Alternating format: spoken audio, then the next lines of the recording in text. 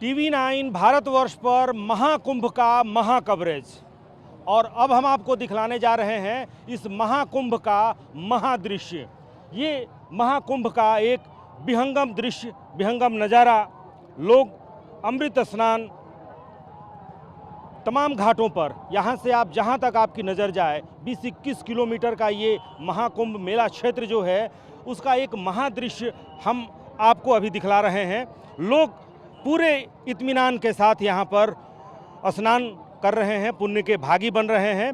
और हम मौजूद हैं इस वक्त शास्त्री पुल के ऊपर, और यहाँ इसलिए ताकि हम अपने दर्शकों को एक विहंगम दृश्य दिखला सकें जो यहाँ तक नहीं पहुँच पाए हैं या फिर आने वाले हैं, उनको एक आइडिया मिल जाए कि आखिर ये पूरा क्षेत्र कैसा है दोनों तरफ से। यानी कि आप सामने देखिए, यहाँ गंगा और सामने वो त्रिवेणी जो संगम है वो संगम भी दिखेगा। और यहाँ कल एक घटना हुई, उसके बाद से प्रशासन ने जो इंतज़ाम किए, तमाम घाटों पर इंतज़ाम किए हैं और उस इंतज़ाम के तहत लोग पूरे इत्मीनान के साथ यहाँ पर स्नान कर रहे हैं। आप देखिए नीचे, आप अगर देखेंगे यहाँ पर किस तरह से लोग यहाँ स्नान करके और पूजा आदि कर रहे हैं, दान पुण्य, गंगा की जो आरती होती है वो आरती, तमाम दृश्य यहाँ से दिखेंगे ऊपर से।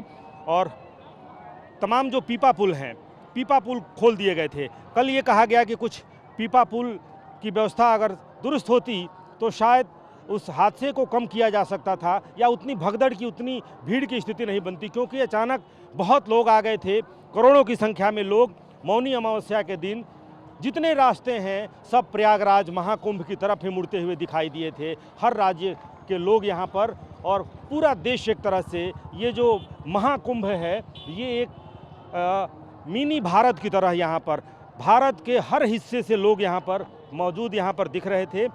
और लोग तो पहुँचे ही हैं। आप कहाँ से आए हो? मैं गुजरात राजकोट से आ रहा हूँ। आप कहाँ से? गुजरात राजकोट से ही। गुजरात से आए हो? हाँ। तो आप कब से हैं यहाँ? हम परसों से ठहरे हुए हैं। हाँ, क्या स्नान किया? हाँ, स्नान पहला स्नान 5 बजे। कैसा दृश्य दिख रहा है? बहुत ही बढ़िया। यहाँ आए थे देखने के लिए, यही पूरा विहंगम नज़ारा दिखे?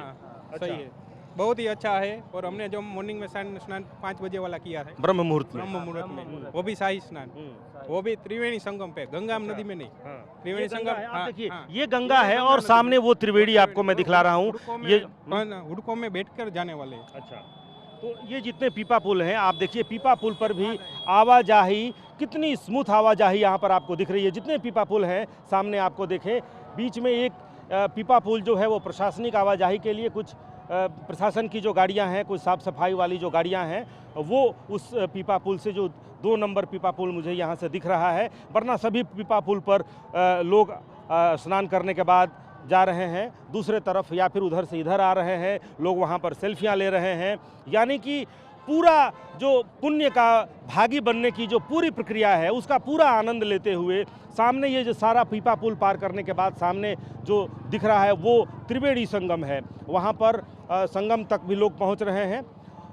लेकिन जो यहाँ तक पहुँचे हैं, जो अमृत स्नान करके और जो मोक्ष की प्राप्ति की ये कामना है, उस कामना के साथ लोगों ने जो त्रिवेणी में, गंगा में जो डुबकी लगाई है, कुछ लोग ऐसे हैं जो यहाँ आए हुए लोगों से जल मंगा रहे हैं कि जल लेकर आएंगे तो ये कहा जाता है कि यहाँ का जल, त्रिवेणी का या गंगा का जल अपने घर में स्नान करने वाले जल में डालें तो उसका भी पुण्य उतना ही मिलता है।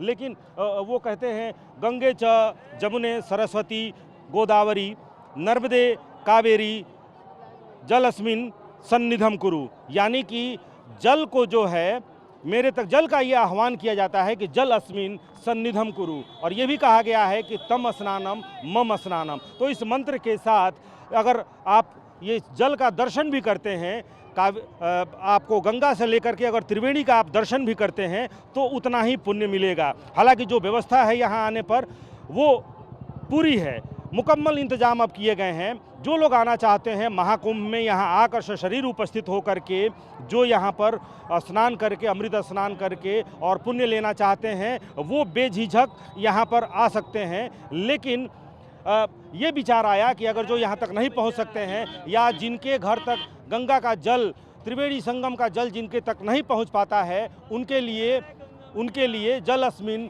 सन्निधम कुरु। मैंने ये मंत्र इसलिए पढ़ा है ताकि हमारे दर्शक जो यहाँ तक नहीं पहुँच पाए हैं, उन तक गंगा का जल नहीं पहुँच पाया है, उनके सानिध्य में ये जल पहुँच जाए और वो भी स्नान के पुण्य के ही भागी बने। एक बार फिर से आप देखिए, और एक तरफ ही नहीं, आप ये जो पूरा दृश्य है दूसरे तरफ भी देखिए।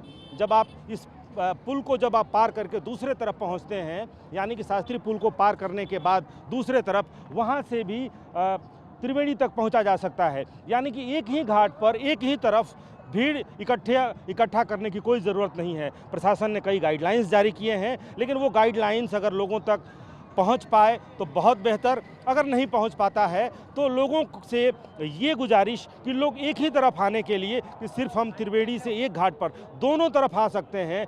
आप अगर दूसरे तरफ आते हैं और वहां से भी इन पीपा पुल से गुजर करके और इस घाट तक आ सकते हैं। अगर इधर पहुंचे हुए हैं तो इधर से भी दूसरे तरफ जा सकते हैं, वरना एक ही तरफ स्नान करके और आप अपने गंतव्य स्थान की तरफ, अपने घर की तरफ सुरक्षित वापस जा सकते हैं। यानी कि जो ये कहा जा रहा था कि एक दिन थोड़ी सी मुश्किल ज़रूर पैदा हुई थी, क्योंकि यहाँ पर लोगों की भीड़ बहुत ज़्यादा, उम्मीद से ज़्यादा भीड़ इकट्ठी हो गई थी, लेकिन अब सब कुछ सामान्य है। आप यहाँ तक पहुँचे, स्नान करें, पुण्य के भागी बने। और जो ये कहा गया, आप तक जो बात लोग सोच रहे हैं कि 144 वर्षों के बाद ये अद्भुत संयोग आया है, तो इस संयोग का पूरा पुण्य अपने में समाहित करने के लिए लोग प्रयागराज क्षेत्र आ सकते हैं। जो व्यवस्था है वो मुकम्मल है, कहीं से कोई चिंताजनक स्थिति नहीं है। लोग जरूर पूछ रहे हैं, लोगों को जरूर ये शंका सुबह है कि क्या वहाँ पर स्थिति सामान्य है, क्या बहुत भीड़ है।